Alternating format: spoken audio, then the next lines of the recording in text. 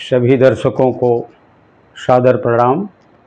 मैं पंडित कृष्ण कुमार शर्मा ज्योतिषी आप लोगों के सामने पूजन में आवश्यक जानकारी देने के लिए आज उपस्थित हुआ हूँ। हम जो पूजन में फूल, पत्ते और फल का उपयोग करते हैं वो कैसा होना चाहिए, इसकी हम आपको जानकारी जो शास्त्रों में दिया गया है उसके बारे में बताएंगे। तो पहला तो ये है कि जब हम फूल भगवान को चढ़ाएं तो अधोमुख करके न चढ़ाएं, ऐसा उसकी पंखुड़ी ऊपर हो, खिली हुई हो, कभी अधोमुख करके नहीं चढ़ाना चाहिए। हाँ, बिल्व पत्र जो चढ़ाया जाता है, बेल का पत्ता शंकर जी को, वो उल्टा करके चढ़ाया जाता है। जब हम शिवलिंग पर चढ़ाएं तो ऐसा उल्टा करके बेल पत्र चढ़ाएं। और दूसरा, हमारे पंचदेव हैं, गणेश जी हैं। गणेश जी को दूर्वा चढ़ती है।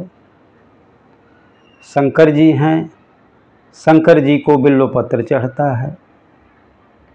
विष्णु भगवान हैं, विष्णु भगवान को तुलसी मंजरी चढ़ती है। तो गणेश हो गए, शंकर जी हो गए, विष्णु जी हो गई, दुर्गा जी हैं, चौथे नंबर पर दुर्गा जी हैं। दुर्गा जी को हम लाल फूल या कोई भी सुगंधित सफ़ेद फूल भी चढ़ा सकते हैं। और पांचवें नंबर पर सूर्य भगवान आ गए, यही हमारे पंचदेव। सूर्य भगवान को लाल फूल चढ़ता है। ये हो गए हमारे पंचदेव। इसके बाद फूलों की बात हम करते हैं।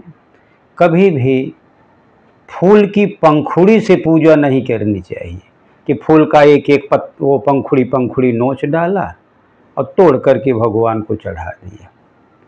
भगवान को समूचा ही फूल चढ़ाना चाहिए। और कभी भी बासी फूल नहीं चढ़ाना चाहिए। पानी में धोया हुआ फूल नहीं चढ़ाना चाहिए। और फूल के लिए और भी बहुत सी बातें बताई गई हैं, जैसे सड़ा हुआ फूल न हो, एक बार जो फूल चढ़ाया हो दोबारा फिर उसको फूल नहीं चढ़ाना चाहिए। एक बार अगर चढ़ा दिया, जैसे बहुत जगहों पर होता है, कहीं चढ़ाया हुआ है उसको ले आए फिर भगवान को चढ़ा दीजिए। तो जो एक बार फूल फल चढ़ा दोबारा वो भगवान को नहीं चढ़ाया जाता। फूल अगर नहीं मिलता है तो हम उसका पत्ता भी चढ़ा सकते हैं। पत्ता नहीं मिलता है तो हम उसकी छाल या उसके तृण को चढ़ा सकते हैं। अगर वो भी नहीं मिला तो हम अपने काल्पनिक भावना को चढ़ा सकते हैं, मन में सोच करके। मनसा पर कल्पयामि पुष्पम समर्पयामि। मन से उस फूल का आप सोचिए और उसको चढ़ा दीजिए। भगवान भाव के भूखे हैं, भगवान किसी वस्तु के भूखे नहीं होते। गणेश जी को जब हम दूर्वा चढ़ाएं तो 3 पत्ती या 5 पत्ती का हो और 21 वो दूर्वा हो, क्योंकि गणेश जी को 21 दूर्वा चढ़ती है। उसमें 3 पत्ती या 5 पत्ती 21 का एक बंच बना लें, बंच बांध करके भगवान को समर्पित कर दें। विष्णु भगवान को कभी भी विष्णु भगवान को धतूरा और मदार नहीं चढ़ता है। विष्णु भगवान को तुलसी की मंजरी चढ़ती है।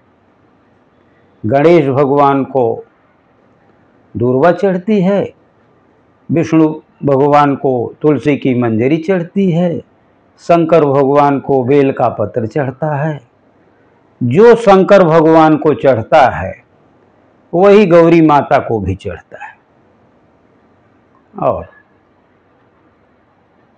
कभी भी कपड़े में लाया हुआ फूल या हाथ की लोग हाथ से बिल लेते हैं, पेड़ों का गिरा हुआ फूल नहीं उठाना चाहिए।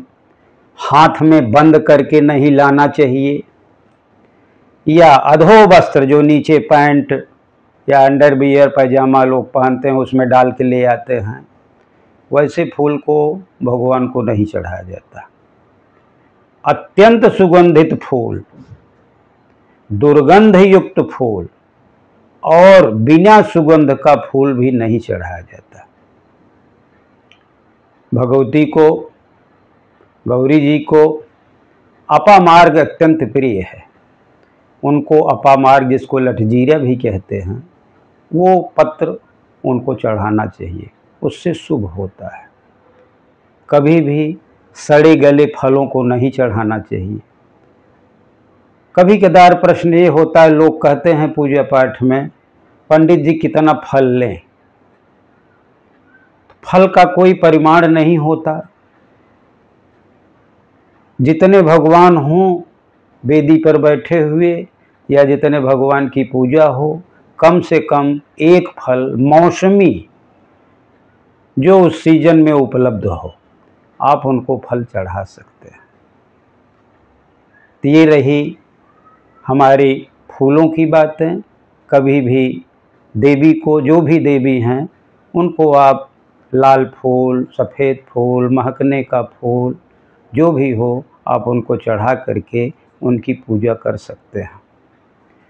तो ये हमारा रहा फल, फूल और पत्ते संबंधी जानकारी।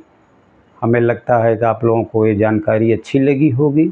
अगर ये जानकारी आपको अच्छी लगती हो तो हमारा ये चैनल सब्सक्राइब करें और लाइक करें, जिसको समझते हो उनको शेयर करें। इसी के साथ मैं आज पूजन के महत्वपूर्ण जानकारी के विषय में समाप्त करता हूँ। आप लोगों का आभार, धन्यवाद।